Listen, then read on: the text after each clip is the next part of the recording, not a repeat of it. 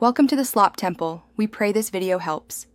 In this video, I will explain how to get Gale Stone. Gale Stones are a vital resource in the world of Deepwoken, essential for enhancing your character and equipment. There are several reliable ways to obtain them, including engaging in combat, exploring specific areas, and interacting with certain non-player characters.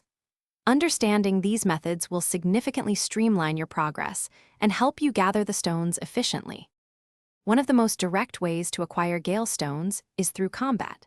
Focus on defeating Gale Wraiths found in the Windy Isles. They often yield these valuable items.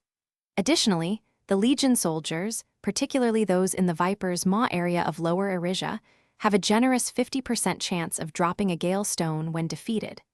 Etrian guards and Gale Songseekers are also known to carry them, offering more combat-based farming options. Beyond direct combat, exploration and specific interactions can also lead you to Gale Stones.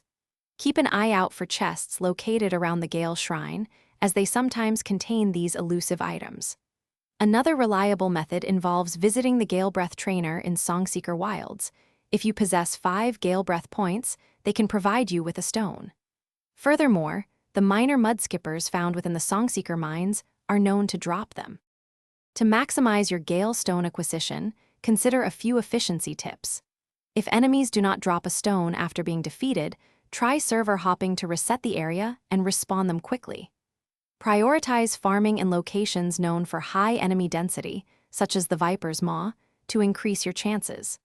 Always ensure your character is adequately geared and prepared for continuous combat to make your farming sessions as productive as possible. Thanks for watching. Consider subscribing if we helped you.